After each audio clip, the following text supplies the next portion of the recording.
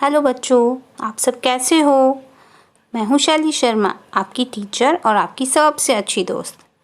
क्या आप जानते हो आज हम कौन सी कहानी सुनेंगे? तो बच्चों, आज की कहानी का नाम है सच्चा आदर्शवादी। एक गांव में एक किसान रहता था जिसका नाम था दीनानाथ। वह बहुत मेहनती और ईमानदार था। उसकी ईमानदारी की चर्चा पूरे गांव में होती थी। एक दिन उसके राज्य के राजा ने मंत्री से कहा कि कोई भी इंसान अपने आदर्शों पर टिका नहीं रह सकता। तो मंत्री ने कहा, महाराज, आपका ऐसा सोचना ठीक नहीं है।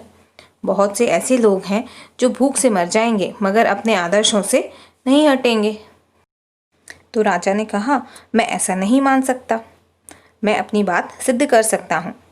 तो मंत्री ने कहा, यदि आपकी आज्ञा हो तो मैं भी अपनी बात सिद्ध कर सकता हूँ।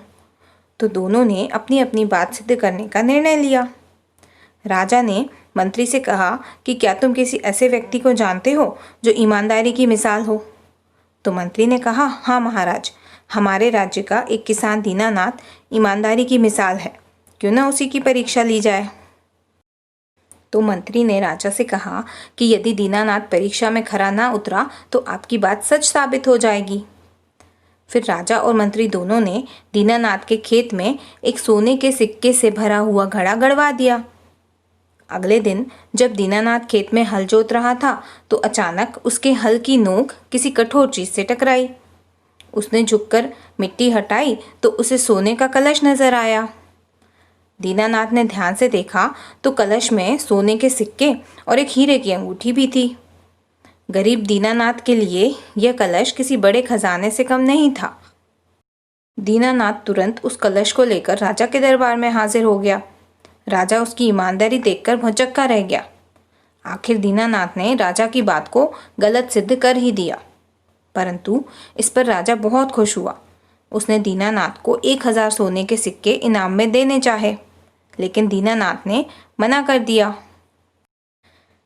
दीनानाथ ने मना करते हुए कहा कि महाराज, मैं अपनी मेहनत की रोटी खाना चाहता हूँ। अगर मैंने आपसे ये सिक्के ले लिए तो मेरे मन में लालच आ जाएगा। उसके बाद मैं मेहनत नहीं कर पाऊँगा और इसके कारण मेरी ईमानदारी का धर्म भी नष्ट हो जाएगा। ऐसा कहकर दीनानाथ अपने घर की ओर चल दिया। तो बच्चों, आज की कहानी से हमें यह शिक्षा मिलती है कि सच्चा आदर्शवादी वही है जो अभाव में भी अपने आदर्शों को नहीं छोड़ता, जैसे कि दीनानाथ ने किया।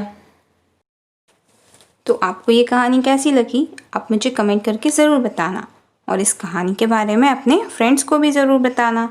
और हाँ, वीडियो को लाइक, शेयर और चैनल को सब्सक्राइब भी ज़रूर करना। Okay, bye bye, take care.